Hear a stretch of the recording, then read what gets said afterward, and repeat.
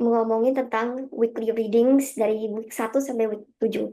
Nama saya Nicole, dan saya akan membacakan merangkum semua week. Jadi di week 1 kita bisa melihat ada indigenous civilization di kontinen Amerika, yaitu ada Aztec, Maya, Inca di Central dan South Africa, South America. Di situ juga ada diversity geografinya itu diverse, di mana kayak ada rainforest, coastline, dan juga ada dan economic activities. Di situ juga ada trauma dalam masa lalu, yaitu European colonization. European colonization itu ada di Spain, Portugal,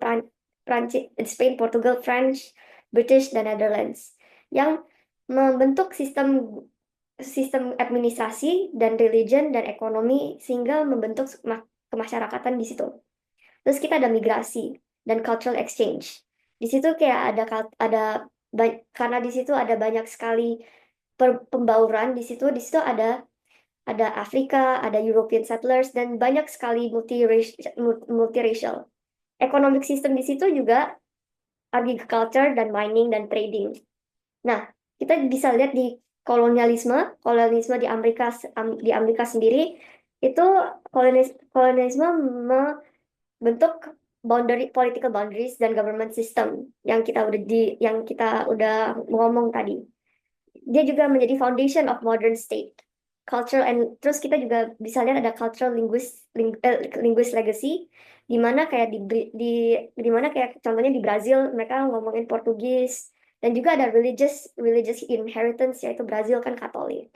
Contohnya seperti itu. Kalau Spain kan Meksiko, yang mereka ngomong Mexican gitu. Mereka ngomong Spanish. Nah, ini semuanya ini dibuat ada social hierarchy-nya juga, yang tadi yang kita ngomong ada racial dan hierarki sosial. Terus karena ada ketimpangan sosial yang sangat besar, ada independent movement di situ, yang sehingga shaping modern identity sampai sekarang. Nah, strategi meaning dan value dan religion di kontinen Amerika ini. Ada natural resources, di mana America is very rich in resources, oil and gas. Terus ada biodiversity, di mana region seperti Amazon forest itu ada critical role untuk membalance climate regulation. Terus ada trade route, yaitu di Panama Canal. Terus geographical influence, yaitu ada US, ada Brazil, dan global politik dan ekonomi. Cultural influence juga, itu ada religious diverse culture contributes to global art, music, and tradition. Nah, setelah itu kita ngomongin tentang teori tentang foreign policy US. US foreign policy ini bisa dibagi menjadi 3 pendasan, yaitu realisme, liberalisme, dan konstruktivisme. Key ideas-nya dari realisme itu ada US foreign policy, itu national, pasti US foreign policy itu utamakan national interest, power politics, dan juga survival di dunia anarki. Contohnya zaman perang dingin, terus habis itu ada military intervensi untuk balance of power, yaitu contohnya Iraq War. Terus ada key theories-nya itu Hans Morgenthau dan Kenneth Waltz. Nah, di liberalisme ini international institution, democracy, dan economic dependency yang membentuk kebijakan foreign policy. Jadi kayak contohnya yang diaplikasi itu kayak mereka mensupport di UN, NATO, WTO, dan juga mempromosikan demokrasi. Kayak contohnya Wilsonian idealism. Terus Biden waktu itu fokus dalam Democratic Alliance. Contoh key theories-nya itu ada Immanuel Kant sama Robert Cohen. Nah, kita juga ada konstruktivisme. Konstruktivisme ini juga US foreign policy itu mengangkat idea tentang national identity, value, and social norms. Ini contohnya The War on Terror, frame on moral struggle gitu. US promotion of human rights and democracy. Dan juga key theories-nya itu ada Alexander Wendt dan Peter Kaczynski. Nah, democratic theories nah, kita juga membahas democratic political theories and influence. Kita bisa lihat ada bureaucracy political model, yang key ideas-nya itu foreign policy is shaped by bureaucratic rivalries in the government. Example, ada Pentagon sama State Department Diplomacy.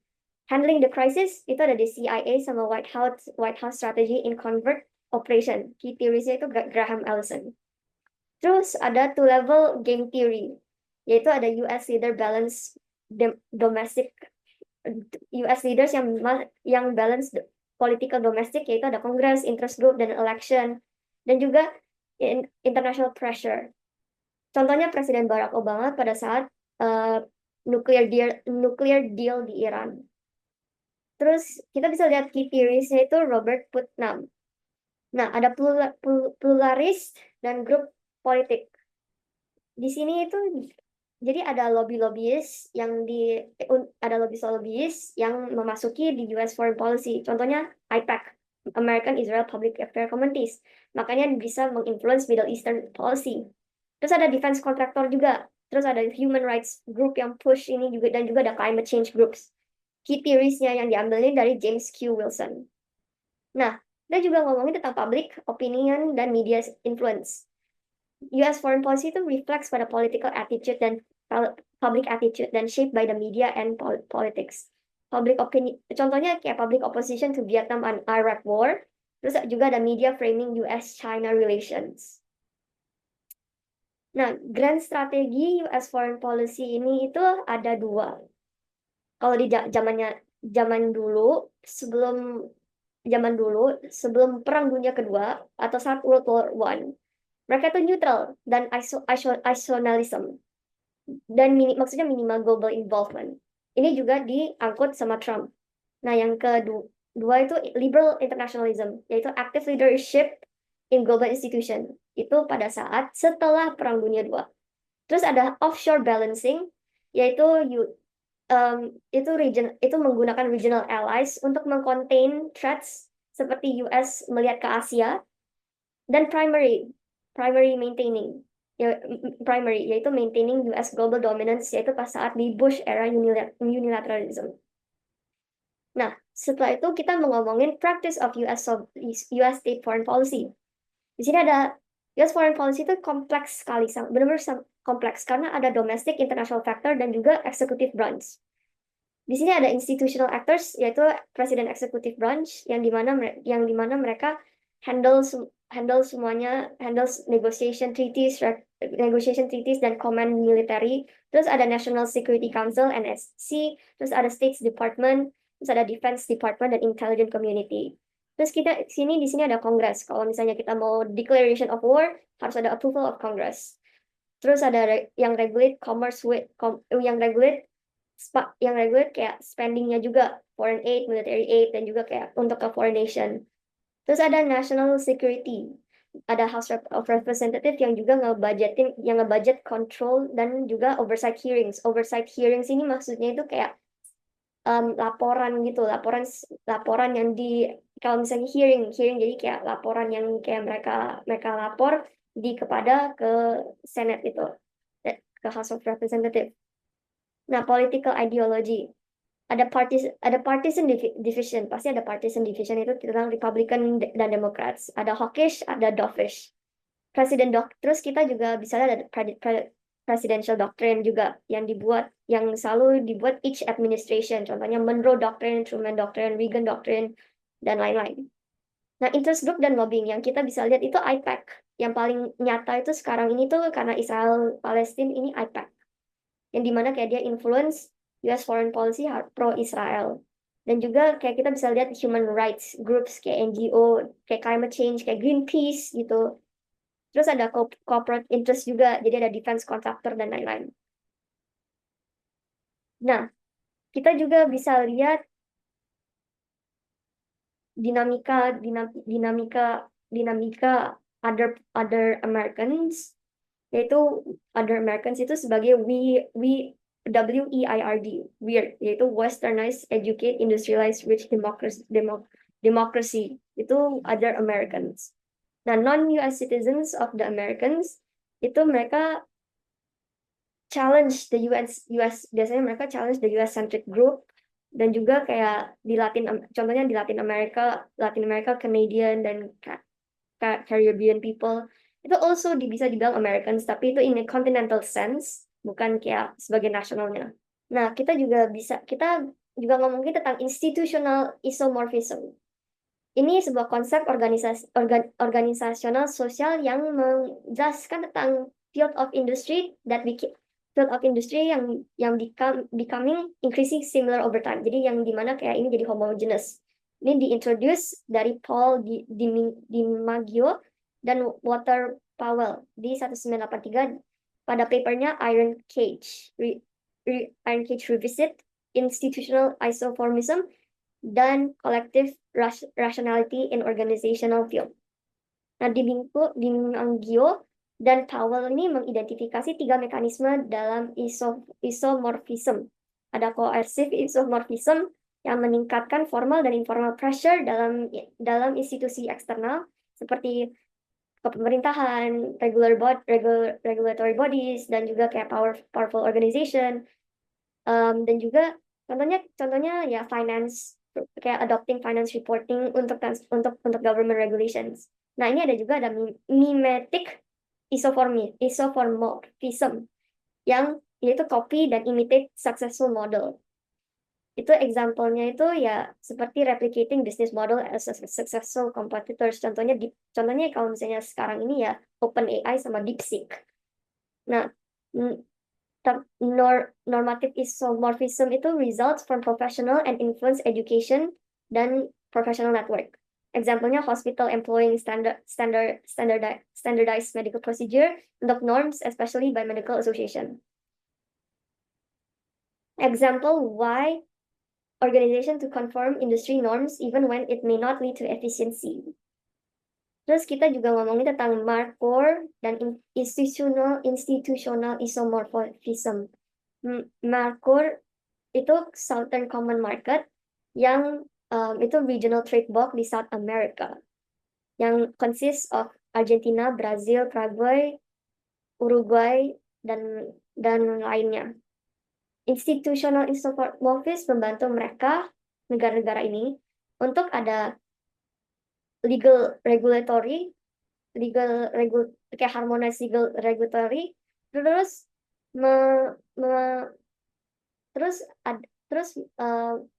menurunkan external pressure, dan juga ada membentuk political alignment. Nah, itu penjelasannya di coercive isomorphism. Kalau mimetic isomorphism di negara Latin, itu economic modelingnya itu kayak contohnya small economy itu kayak mengikuti Brazil, Argentina policies tentang integrasi dan regional market. Kalau misalnya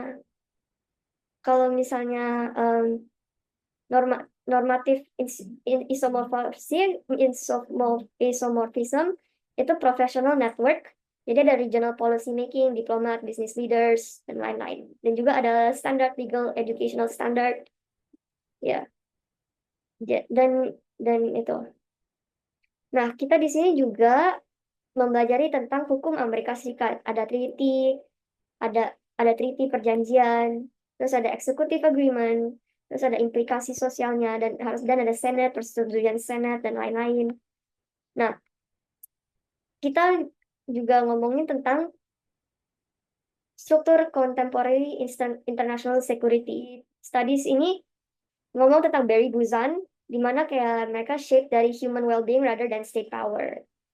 Terus ada post-colonial feminist theory yang tentang the role of gender dan security, di mana kayak war dan security disproportionate, kayak war and security pasti akan ada gender based violence di war, and pasti ada komponen gender based violence di war itu sendiri. Nah, kita bisa lihat ada kita juga ngomongin tentang Westphalia system yang dimana kayak itu pembentukan negara. Dan juga kita ngomongin tentang sejarah tentang balance of power di 19th century, di mana di situ European power yang maintaining alliance. Terus interwar period 1999 sampai 1945, yaitu League of Nations. Terus ada Cold War, terus ada post-Cold War era, dan juga ada post-9/11 era. Nah, konklusinya itu adalah contemporary international security ini shaped by historical legacy. Dan juga kayak traditional military power dan new security challenges seperti cyber warfare, climate change, dan lain-lain. Understanding theoretical ini itu benar-benar harus kayak lihat sejarah. Karena kalau tidak lihat sejarah, kita nggak bisa lihat pola-polanya atau pattern-nya. Nah, kita juga ngomongin tentang regional security, yaitu tentang kayak geographical, tentang regional security, contohnya yang di Middle East, South Asia, yang juga key players-nya di situ seperti China dan Saudi Arabia. Terus regional organization seperti EU, ASEAN, Gulf Cooperation, GCC. Terus ada Europe and NATO relations, terus Middle East and Secretariat conflict tentang Sunni-Shia tension. Terus ada South Asia and India Pakistan rivalry tentang nuclear arms, dan juga East Asia dan China rise kayak US China competition di Indo-Pacific. Nah, global security ini involves di arena global. Jadi kayak di multiple continent atau international system. Contohnya adalah G20 dan World Bank. Jadi kayak nggak confined dalam satu region gitu. Contohnya UN, G7, G20, World Bank. Terus ada Great Power Agenda yang di-shape sama hegemoni US, China, Russia, EU. Terus ada juga kayak global threat seperti nuclear proliferation. Terus ada multilateral response yang required. Terus ada example-nya, contohnya global security dynamics itu US China rivalry, terus ada nuclear proliferation, terus ada cyber security, AI warfare, climate change dan resource, dan terrorism dan extremism. Terus ada interaksi antara regional dan global security. Regional conflict bisa escalate ke global. Nah, global security ini requires regional cooperation. Great power influence ini juga adalah regional security, dan regional organization juga contributes to global security. Itu interaksinya. Nah, kita habis itu ngomongin tentang market. Kita secara umum itu ada 3 sistem market, yaitu kapitalisme, sosialisme, dan komunisme. Kapitalisme itu individual rights dan prioritas swasta sehingga mendorong inovasi dan efisiensi, tetapi menciptakan ketimpangan sosial yang besar. Sosialisme mencoba mengurangi ketimpangan dengan campur tangan pemerintah, tetapi bisa menghambat inovasi. Komunisme menjanjikan kesetaraan penuh, tetapi sering gagal karena kurangnya kebebasan dan insentif ekonomi. Dalam praktik, tidak ada negara yang murni kapitalis, sosialis, atau komunis. Kebanyakan negara menerapkan sistem ekonomi campur, misalnya Amerika Serikat tetap kapitalis tapi memiliki program-program sosial kayak Medicaid, dan bantuan pengangguran. China dikendalikan partai komunis, tapi ekonominya semakin kapitalis sejak reformasi Deng Xiaoping. Swedia dan Norwegia adalah contoh sosialisme demokratis di mana negara mengatur ekonomi, tetapi masih ada sektor swasta yang kuat. Sistem terbaik tergantung pada konteks sejarah, budaya, dan kebutuhan masyarakat yang masing-masing negara punya. Kemudian kita ngomongin tentang common economies, yaitu komunisme, market economies, yaitu kapitalisme, dan mixed economy itu sosialisme. Terus kita ngomongin juga ada perang dagang, yang lebih fokus kepada kebijakan proteksi, perang dagang tarif import, dan juga perang ekonomi, yang bentuk konflik yang lebih luas untuk mencakup sanksi, manipulasi mata uang, dan embargo. Contohnya China memanipulasi yuan-nya. Nah, kedua jenis perang ini menyebabkan ketidakstabilisasi ekonomi global dan mempengaruhi harga barang, rantai dan global supply chain. Dan kesejahteraan masyarakat ini kesejahteraan masyarakat di berbagai negara. Kebijakan fiskal, kita juga ngomongin tentang kebijakan fiskal yang digunakan untuk mengatur perekonomian melalui belanja pemerintah dan pajak. Kebijakan moneter digunakan untuk mengontrol inflasi, suku bunga, dan jumlah uang yang beredar. Keduanya bekerja sama untuk menjaga kestabilisasi ekonomi dan kesejahteraan masyarakat. Jika inflasi tinggi, pemerintah bisa mempengaruhi belanja. Kebijakan fiskal kontraktif. Sementara Bank Indonesia ini menaikkan suku bunga, jadi kebijakan moneter kontraktif.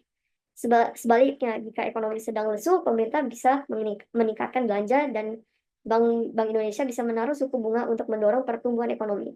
Dan kemudian kita juga membicarakan tentang aliran-aliran seperti klasik, neoliberal, Marxism, Keynesian, neoklasik, dan lain-lain. Terima kasih.